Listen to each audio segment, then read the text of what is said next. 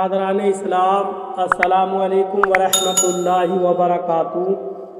آپ تمامی حضرات سے گزارش کی جاتی ہے کہ خود بھی قرآن کریم کی تلاوت، ترجمہ اور تفسیر سماعت کیجیے، اپنے عزیز و اقارب اور رشتہ دار کو بھی شیئر کیجیے تاکہ آپ اس کے ذریعے صدقہ جاریہ کے مستحق ہو جائیں۔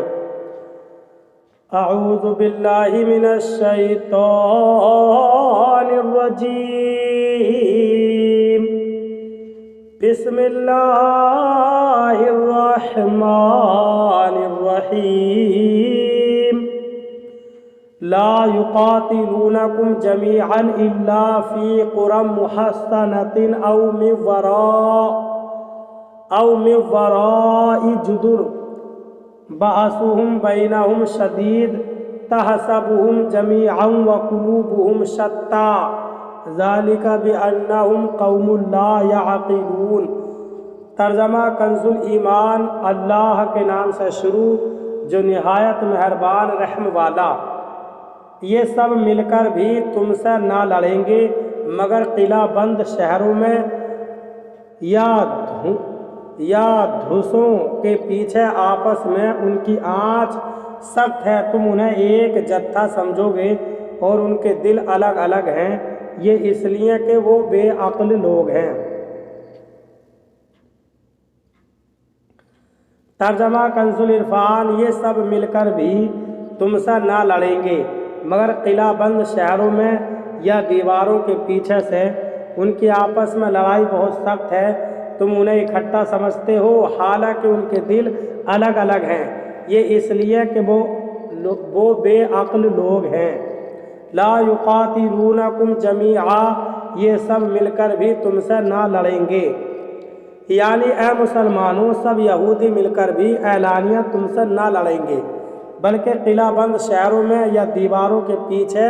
چھپ کر لڑیں گے۔ چنانچہ ایسا ہی ہوا کہ مدینہ منورہ کے اہل کتاب نے کبھی کھلم کھلا مسلمانوں کے مقابلے کی ہمت نہ کی، بلکہ غزوہ خندق کے بعد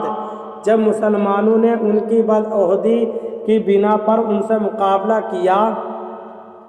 تو وہ اپنے کوچہ بند محلوں میں بند ہو کر بیٹھ گئے، پھر مجبوراً نکلے تو بنو قریظہ قتل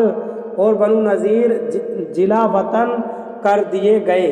یوں اللہ تعالیٰ نے جیسا فرمایا تھا ویسا ہی ہوا۔ خیال رہے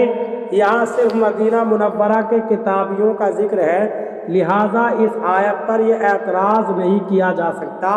کہ نبی اکرم صلی اللہ علیہ وسلم کے زمانے میں مشرکین اور حضرت عمر فاروق اعظم رضی اللہ تعالیٰ عنہ کے زمانے میں یہودی اور عیسائی مسلمانوں کے مقابلے میں آئے اور ان سے بڑی بڑی لڑائیاں ہوئیں۔ بأسهم بینہم شدید، ان کی آپس میں لڑائی بہت سخت ہے،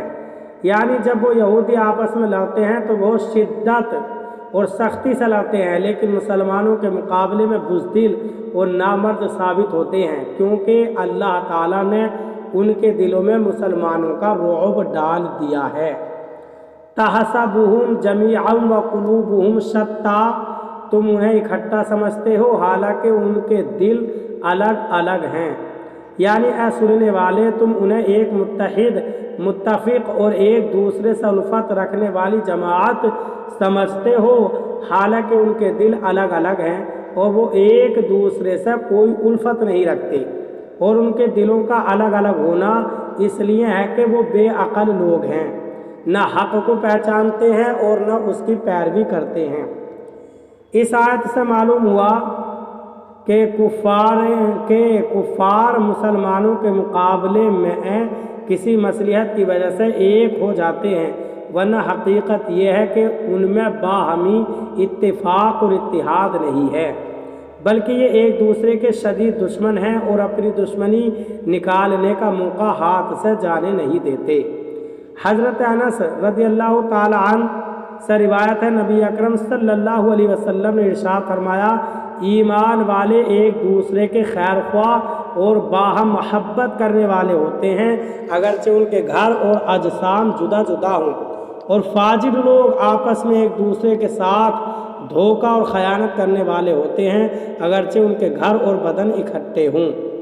فی زمانہ بھی اس کے نظارے دیکھے جا رہے ہیں، لہٰذا مسلمانوں کو چاہیے کہ کفار پر کسی صورت اعتماد نہ کریں،